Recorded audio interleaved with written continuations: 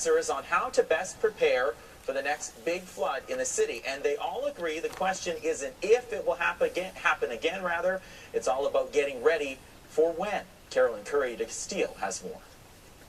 Of all the lessons learned from the flood of 2013, some scientists argue the simplest is the most important. What we should have learned first and foremost is the floodplain is a plain that floods. Jerry Osborne was one of the experts speaking at a forum for a flood-free Calgary on Sunday. He says while many people living on floodplains are looking for upstream mitigation solutions, they are costly and complicated. And there's lots of interesting politics in Calgary, such as people living on the elbow versus people living on the bow.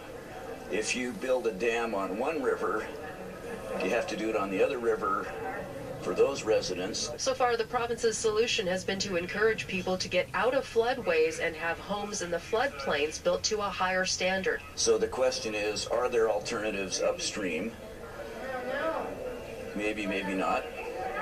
And even if there are, I think individual preparation is a really big deal. But those attending the forum expressed frustration with the panel, pointing to previous provincial reports done after the flood of 2005 that had limited use. I'd like to know what reassurances can you give us that we're not going to have this again. A city representative points out Calgary has set up a flood mitigation program to help deal with future floods. You're right.